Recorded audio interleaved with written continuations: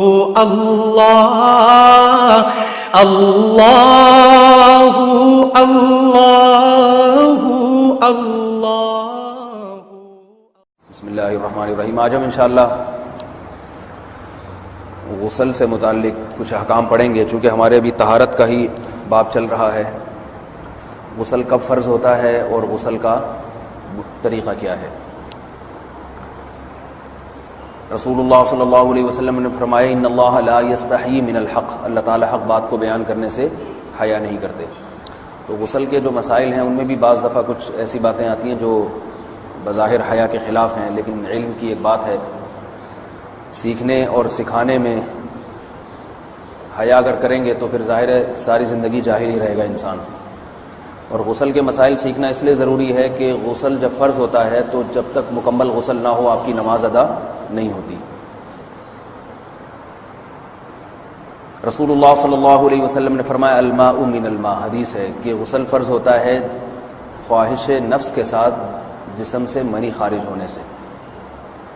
مرد پہ غسل کب فرض ہوگا؟ جب اس کے جسم سے شہوت کے ساتھ منی خارج ہو۔ منی بالکل سفید رنگ کی چیز ہے، ایک ہوتی ہے مزی۔ شہوت پیدا ہونے سے اگر کسی کے مرد یا عورت کے صرف رطوبت خارج ہونا شروع ہو گئی اس سے غسل فرض نہیں ہوتا۔ جب تک مکمل شہوت پوری نہیں ہو جاتی اور مادہ منویہ خارج نہیں ہو جاتا، چاہے احتلام کی صورت میں ہو یا کسی بھی طرح سے ہو۔ مردوں کے ساتھ چونکہ یہ بہت زیادہ ہوتا ہے نائٹ فال کی صورت میں، مردوں پر غسل کی یہ صورت بہت زیادہ فرض ہوتی ہے۔ جیسے ہی بلوغت ہوتی ہے تو احتلام شروع ہو جاتا ہے، ہفتے میں 1 دفعہ 2 دفعہ 3 دفعہ، بعض نوجوانوں کو روزانہ بھی 2 دفعہ ہوتا ہے، جبکہ خواتین میں یہ والے غسل کی صورت بہت ہی کم ہوتی ہے کہ ان کو نائٹ فال ہو یا اس طرح سے غسل فرض ہو۔ ہزاروں میں کسی ایک عورت کے ساتھ ایسا ہوتا ہے۔ ایک صورت تو یہ ہے غسل فرض ہونے کی۔ دوسری صورت کیا ہے کہ جب انسان اپنی زوجہ کے ساتھ ملاپ کرے اور انٹرکورس ہو جائے، چاہے اس صورت میں ڈسچارج دونوں میں سے کوئی ہو یا نہ ہو، لیکن دونوں پہ غسل فرض ہو جائے گا، مرد پہ بھی اور عورت پہ بھی۔ یہ تو مردوں کے غسل کے فرض ہونے کا۔ مردوں کے غسل میں ایک چیز یہ بھی ہے کہ اگر آپ نے رات کو نیند کی اور صبح آپ اٹھے اور آپ نے کپڑوں پہ نشان دیکھا، اب آپ کو یہ پتہ نہیں چل رہا کہ یہ منی کا نشان ہے یا مزی کا ہے، تو بھی آپ پر غسل کرنا فرض ہے۔ یہی سمجھا جائے گا کہ یہ آپ خواب میں ڈسچارج ہوئے ہیں۔ عورت پر جو غسل فرض ہوتا ہے ایک اور صورت میں ہوتا ہے کہ جب خواتین کو ایام آنا بند ہو جاتے ہیں، حیض یا نفاس سے جب پاک ہو جائیں تو بھی ان پہ غسل فرض ہے۔ یہ تو غسل کی فرضیت سے متعلق احکام تھے۔ کچھ چیزیں ایسی ہیں جن میں غسل سنت ہے، فرض نہیں ہے۔ جمعہ کے دن غسل کرنا رسول اللہ صلی اللہ علیہ وسلم نے بہت زیادہ تاکید کی ہے۔ سنت کی 2 قسمیں ہیں، سنت مؤکدہ اور سنت غیر مؤکدہ۔ مؤکدہ وہ ہوتی ہیں کہ جن کو چھوڑنے کا اگر کوئی معمول بنا لے تو گناہ کا خطرہ ہے اور ایسا شخص قابل ملامت ہے، اسے شریعت ملامت کرتی ہے، برا بھلا کہتی ہے۔ تو غسل سنت مؤکدہ ہے ہفتے میں 1 مرتبہ، چاہے جمعے کے دن ہو یا کسی بھی دن ہو۔ جو مسلمان ہفتے میں 1 دفعہ بھی نہیں نہاتا، وہ کتنا ہی نیٹ کلین ہو، مگر شریعت کی نظر میں وہ قابل ملامت ہے، اسے تانے دینے چاہیے کہ شرم نہیں آتی، ہو مسلمان مگر رہتے ہو بھنگیوں اور چماروں کی طرح۔ ملامت تو اسی کو کہتے ہیں نا۔ اس کی دلیل رسول اللہ صلی اللہ علیہ وسلم نے فرمایا، صحیح حدیث ہے، حق علی کل مسلم ان یغتسل کل اسبوع مرۃ، کہ ہر مسلمان پر لازم ہے کہ وہ ہفتے میں کم از کم 1 مرتبہ غسل کرے۔ ہر مسلمان پر لازم ہے، چاہے اس پہ غسل فرض نہ بھی ہو۔ اور کس دن بہتر ہے؟ جمعہ کے دن۔ نبی صلی اللہ علیہ وسلم نے حکم دیا ہے کہ جمعے کے دن غسل کیا جائے۔ امام احمد ابن حنبل کا مذہب یہ ہے کہ جمعے کے دن غسل کرنا واجب ہے، صرف سنت نہیں ہے بلکہ واجب ہے، لیکن جمہور کا مذہب یہ ہے کہ سنت عمل ہے۔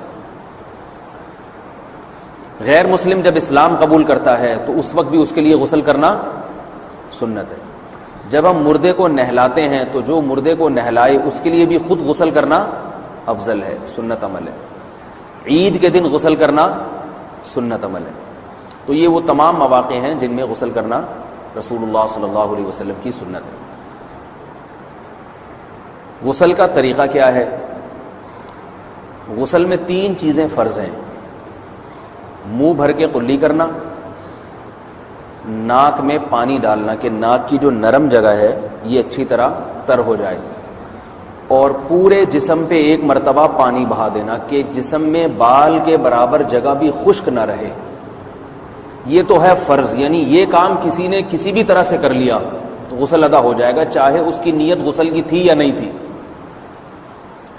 کوئی آدمی چلتا ہوا جا رہا ہے، پھسل کے تالاب میں گر گیا، پورے غوطے کھا کے باہر نکلا، قلی کر لے اور ناک میں پانی ڈال لے تو غسل اس کا ادا ہو جائے گا۔ البتہ چونکہ نیت نہیں تھی لہذا غسل کا ثواب نہیں ملے گا، ثواب نیت کے بغیر نہیں ملتا انسان کو۔ دلائل اس کے الگ موضوع ہے کہ اس کی دلیل کیا ہے کہ بغیر نیت کے بھی غسل ہو جاتا ہے، لیکن میں نے بتایا دلائل کا سیشن نہیں ہے، اس میں پھر بات لمبی ہو جائے گی۔ تو یہ تو ہے فرض، پورے جسم پہ پانی بہانا، قلی اور ناک میں پانی۔ سنت طریقہ کیا ہے؟ رسول اللہ صلی اللہ علیہ وسلم غسل کیسے کرتے تھے؟ سنت طریقہ جس پہ جو اختیار کرنا چاہیے وہ طریقہ یہ ہے کہ جب آپ غسل کے لیے بیٹھیں تو سب سے پہلے وہ جگہ دھوئیں جہاں نجاست اور ناپاکی لگی ہوئی ہے۔ نائٹ فال ہوا، کسی کو احتلام ہوا، تو جہاں جہاں گندگی لگی ہے پہلے اس جگہ کو دھوئیں، استنجا کریں، شرمگاہ کو دھوئیں اچھی طرح، سمجھ رہے ہیں بات کو؟ اس کے بعد ہاتھ دھوئیں اور مکمل وضو کریں جیسے ہم عام حالات میں وضو کرتے ہیں۔ مکمل وضو کرنے کے بعد دائیں کندھے پہ پانی ڈالا، لیفٹ سائڈ پہ پانی ڈالا۔ پہلے زمانے میں تو چلو سے غسل ہوتا تھا، ہاتھ دھو لیے تو اب چلو سے پانی لے کے یہاں ڈالا جا رہا ہے، چلو سے پانی لے کے یہاں ڈالا جا رہا ہے، پورے جسم پہ ملا جا رہا ہے، اور چلو سے پانی لے کے 3 دفعہ سر پہ ڈالا جا رہا ہے۔ تو آج کل چلو ولو تو ہے نہیں، شاور کے نیچے جا کے کھڑے ہو جاتے ہیں، تو اس میں یہ کہ شاور کھولیں اس میں کھڑے ہو جائیں، سارے چلو اس میں خود بخود ہی ہو جائیں گے، پورے جسم پہ پانی بہہ جائے گا۔ نبی صلی اللہ علیہ وسلم کے دور میں یہ جدید چیزیں نہیں تھیں، شیمپو اور صابن، تو آپ صلی اللہ علیہ وسلم بیری کے پتوں سے غسل کی ترغیب دیا کرتے تھے۔ بیری کے پتوں کو اگر پانی میں پکایا جائے تو پانی میں میل کچیل صاف کرنے کی صلاحیت بہت بڑھ جاتی ہے۔ ہمارے زمانے میں اس تکلف کی ضرورت نہیں ہے، صابن ملتے ہیں اس سے نہا لے آدمی، نہایا کریں، بہرحال کہنے کا مقصد یہ آپ لوگوں سے۔ تو یہ سنت طریقے سے غسل ہو جائے گا آپ کا، سمجھ رہے ہیں بات کو؟ سب سے پہلے استنجا کیا، اس کے بعد وضو کر لیا، اس کے بعد غسل کر لیا۔ اگر کسی نے غسل میں وضو نہیں کیا اور ویسے ہی پورے جسم پہ پانی بہا دیا تو بھی اس کا وضو خود بخود ہو جائے گا، اس غسل سے وہ نماز پڑھ سکتا ہے، کیونکہ بعض لوگ غسل کرنے کے بعد دوبارہ وضو کر رہے ہوتے ہیں، اس کی ضرورت نہیں ہے، کیونکہ جب غسل کرتے ہیں تو وضو والے اعضاء تو خود بخود اس میں دھل جاتے ہیں۔ یہ ہے غسل کا طریقہ۔ وضو کیسے ٹوٹتا ہے؟ جن چیزوں سے غسل فرض ہوتا ہے ان چیزوں سے وضو تو بہرحال ٹوٹتا ہی ہے، اس کے علاوہ بھی وضو ٹوٹتا ہے۔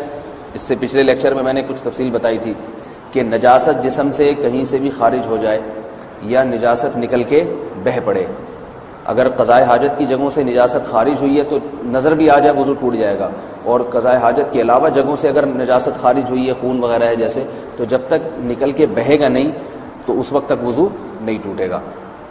سمجھ رہے ہیں بات کو؟ وضو کا طریقہ کیا ہے؟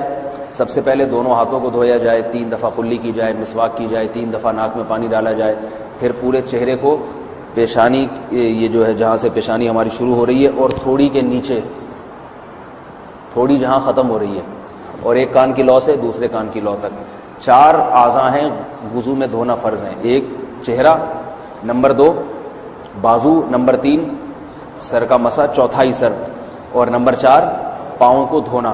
اس کی دلیل قرآن مجید کی مشہور آیت ہے فَاغْسِلُوا وُجُوهَكُمْ وَأَيْدِيَكُمْ إِلَى الْمَرَافِقِ۔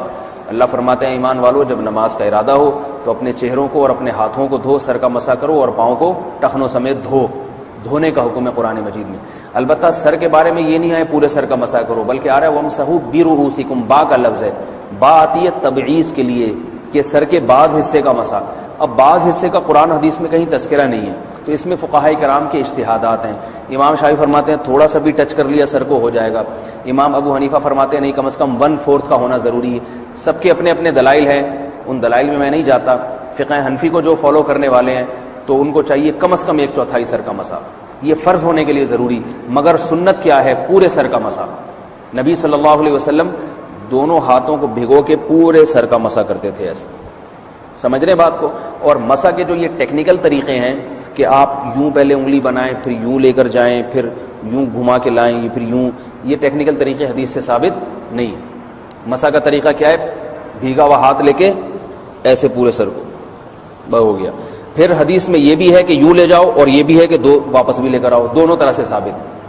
تو ایسے بھی کر سکتے ہیں کہ یوں لے جائیں اور ایسے بھی کر سکتے ہیں لے کے جائیں اور پھر واپس بھی لے آئیں، دونوں طریقے جائز ہیں. لیکن کم از کم سنت اتنی ہے کہ پورے سر کا مسح ہونا چاہیے. بعض لوگوں کو شو مارنے کا شوق ہوتا ہے، اگر وہ واپس لائیں تو بال ان کے خراب ہو جاتے ہیں، کہتے ہیں یار یہ پھر مسئلہ خراب ہو جائے گا. تو پھر ایسے لوگ صرف یوں ہی لے جائیں کافی ہے. افضل تو یہ کہ یوں بھی لے جائیں یوں بھی لے جائیں، دونوں طرح سے صحیح ہے. بہرحال دونوں حدیث سے ثابت ہیں. سمجھ رہے ہیں بات کو؟ اور یہاں ایک اہم مسئلہ بتا دوں، قرآن مجید نے پاؤں کو دھونے کا حکم دیا ہے، پاؤں پہ مسح کرنے کا حکم نہیں دیا. اور حدیث میں خفین پر مسح کرنے کا حکم ہے. تو قرآن اور حدیث کو فقہا نے جمع کیا ہے، لہذا وہ موزے جن میں آسانی سے پاؤں دھوئے جا سکتے ہیں ان میں چاروں ائمہ کے نزدیک پاؤں پہ مسح کرنا جائز نہیں. سعودی عرب میں جو بعض سلفی حضرات اور یہاں ہمارے ہاں بھی اہل حدیث حضرات نے عام موزوں پر بھی جو مسح کی ایک روایت ڈال دی ہے، اسلاف میں، تابعین، تبع تابعین میں اور چاروں ائمہ کے مذاہب میں اس کا ثبوت نہیں ملتا. اگر اسلاف میں کوئی قائل بھی ہے تو ایک شاذ قول، اکا دکا قول ملتا ہے، ورنہ یہ ائمہ اربعہ کے مذہب کے خلاف ہے. اور جو احادیث جو نقل ہوتی ہیں صحیح سند کے ساتھ ان کے بھی خلاف اور قرآن کی آیت کے بھی خلاف ہے. اس لیے کسی نے عام ساکس پہ اگر مسح کر لیا، جو عام طور پہ آفس پہن کے جاتے ہیں لوگ، اس میں تو پاؤں آپ اگر ساکس کو پانی کے نیچے رکھیں پورا پاؤں دھل جائے گا آرام سے. تو وہاں کیا ہو رہا ہے کہ قرآن مجید کے حکم کی مخالفت لازم آ رہی ہے، آپ پاؤں دھو نہیں رہے. تو اس لیے ہم یہ سمجھتے ہیں کہ اس صورت میں نماز ادا نہیں ہوگی. سعودی عرب میں بعض سلفی حضرات نماز پڑھاتے ہیں، وہ ایسے ہی کرتے ہیں کہ عام ساکس پہ مسح کر کے نماز پڑھا لیتے ہیں. تو فتویٰ اسی پر ہے کہ ان کی اگر کسی کو یقین ہے کہ اس نے عام ساکس پہ مسح کر کے نماز پڑھائی ہے تو اس کے پیچھے نماز ادا نہیں ہوگی، کیونکہ قرآن کے مطابق اس کا وضو ہوا ہی نہیں ہے. صدیوں تک کوئی بھی اس قول کا قائل نہیں رہا ہے کہ عام ساکس پہ بھی مسح ہو جاتا ہے. یہ ابن تیمیہ رحمہ اللہ تعالیٰ 7ویں صدی میں اس کے قائل تھے، اور تابعین میں اکا دکا قول ملتے ہیں اس کے، لیکن شاذ قول ہیں، مرجوح قول ہیں جن پر امت نے فتویٰ نہیں دیا. اور اب سعودی عرب میں بعض سلفی حضرات اس کے قائل ہیں. ہمارے ہاں اہل حدیث حضرات بھی چونکہ اکثر سعودی عرب کے سلفی حضرات ہی کو فالو کرتے ہیں تو انہوں نے بھی وہیں سے یہ فتویٰ لیا ہے. لیکن ائمہ اربعہ کے مذہب میں اور دلائل کے لحاظ سے دیکھا جائے تو یہ مذہب کمزور ہے. قرآن نے پاؤں کو دھونے کا حکم دیا، آپ دھوئیں گے پاؤں جب تک دھونا ممکن ہے. چمڑے کے موزے ہیں ان کو دھونا ممکن نہیں ہے اتارے بغیر، لہذا ان موزوں کے اوپر مسح ہو جائے گا. تو اس سے قرآن پر بھی عمل ہو جائے گا اور حدیث پر بھی عمل ہو جائے گا. اس لیے ائمہ اربعہ نے جو قرآن و حدیث کو سمجھ کے جو فیصلہ کیا ہے اس پہ چلنا ہمارے لیے زیادہ مفید ہے بنسبت آج کل کے جو علماء ہیں ان کی اپنی ذاتی آراء پر. اس لیے یہ بھی ایک وضو سے متعلق اہم مسئلہ تھا. سمجھ رہے ہیں؟ باقی تو ماشاءاللہ وضو کرنا سب کو آتا ہی ہے.